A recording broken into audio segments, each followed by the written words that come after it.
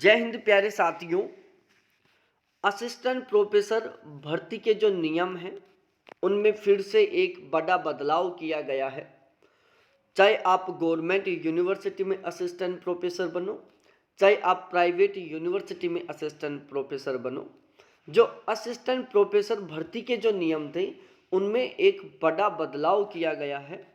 और इस बदलाव की वजह से बहुत सारे कैंडिडेट जो अब तक असिस्टेंट प्रोफेसर बनने के लायक नहीं थे वो भी अब असिस्टेंट प्रोफेसर बन पाएंगे। मतलब ये जो नया बदलाव किया गया है इससे किसी भी कैंडिडेट को नुकसान नहीं होगा, बल्कि हर एक कैंडिडेट को बेनिफिट ही मिलेगा। तो इस नए बदलाव के बारे में मैं आपको बिल्कुल डिटेल से बताने वाला हूं इस वीडियो के माध्यम से। तो आप इस वीडियो को लास्ट तक ज़रूर देखें। एक एक करके मैं सारी की सारी जानकारी आपको प्रोवाइड करवाने वाला हूं।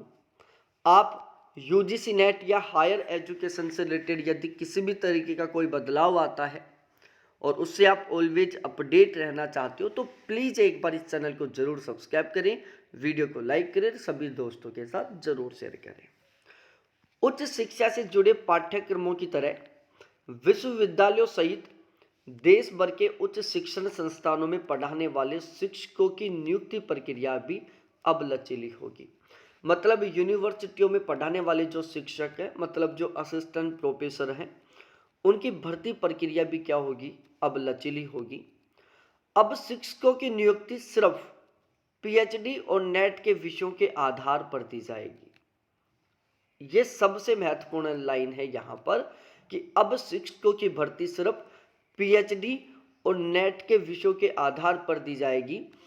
अभी तक विश्वविद्यालयों और कॉलेजों में शिक्षकों की भर्ती के लिए जो न्यूनतम पात्रता थी वो ग्रेजुएशन, पोस्ट ग्रेजुएशन, व पीएचडी या फिर नेट की पढ़ाई एक ही विषय में होना जरूरी होती थी। अब देखो क्या हुआ है, मैं एक बार समझाता हूँ। अभी तक केवल वो ही कैंडिडेट असिस्टेंट प्रोफेसर बन पाते थे जिनका ग्रेजुएशन का सब्जेक्ट, पोस्ट ग्रेजुएशन का सब्जेक्ट, नेट का सब्जेक्ट और पीएचडी का सब्जेक्ट एक समान था। जैसे मैं एक एग्जाम्पल ले रहा हूँ, मैंने ज्योग्राफी सब्जेक्ट से पीजी किया। ज्योग्राफी सब्जेक्ट मेरे पास ग्रेजुएशन में भी था। ज्योग्राफी से फिर मैंने नेट पास कर लिया और ज्योग्राफी से मैंने पीएचडी कर ली। तो मैं बिल्कुल प्रॉपर वे में असिस्टेंट प्रोफेसर बनने के लायक हूँ।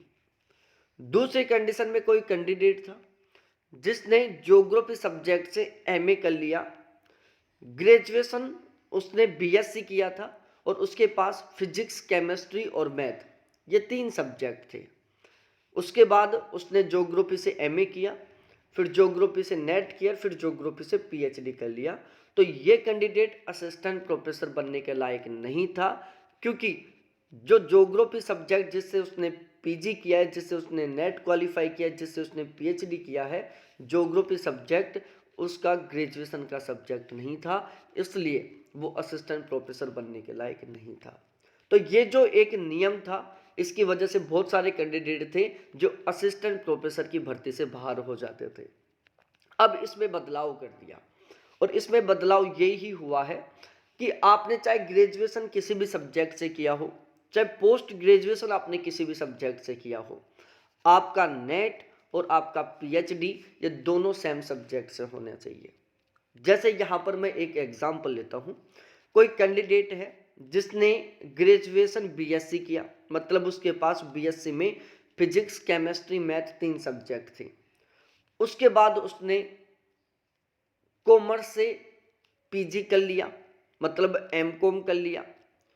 उसके बाद उसने ज्योग्राफी से नेट दे लिया, मतलब ज्योग्राफी से नेट क्वालिफाई कर लिया और ज्योग्राफी से पीएचडी कर लिया, तो वो भी असिस्टेंट प्रोफेसर बनने के लायक है। मतलब अब जो सब्जेक्टों को लेकर बाध्यता थी ना वो बंद हो गई।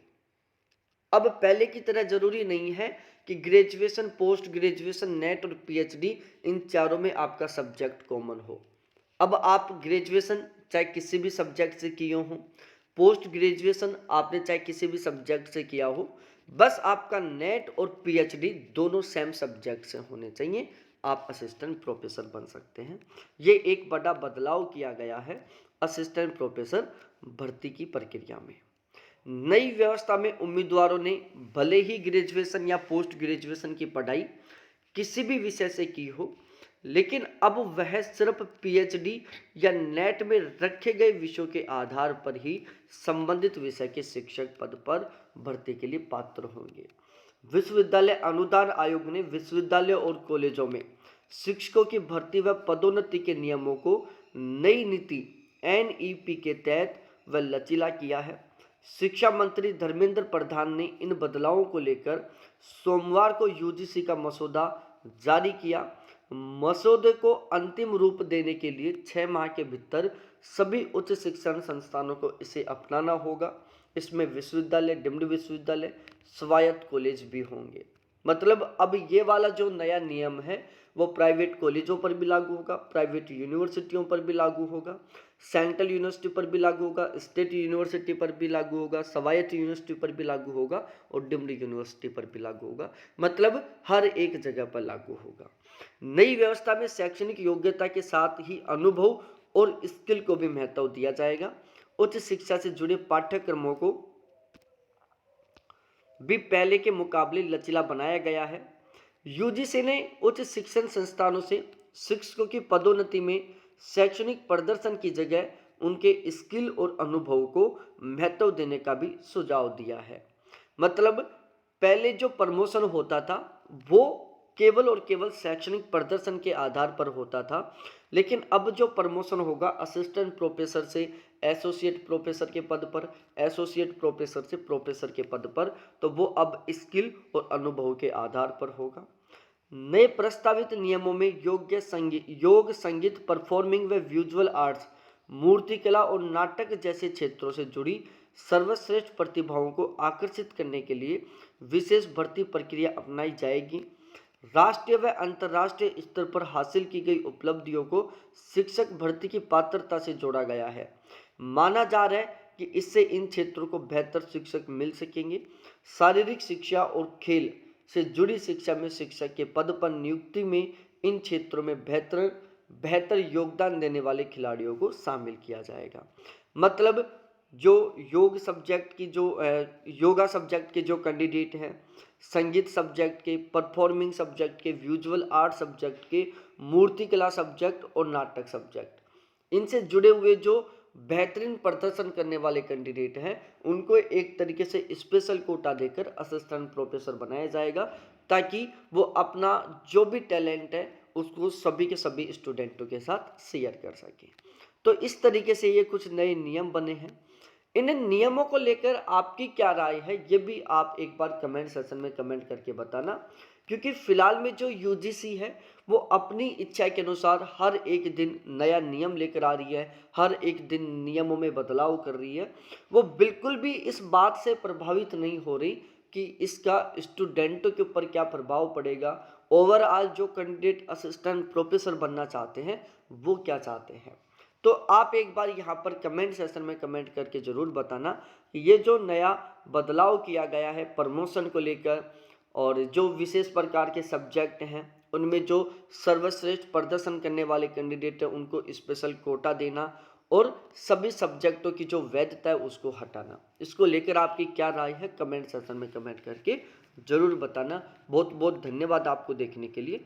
Thanks, bye.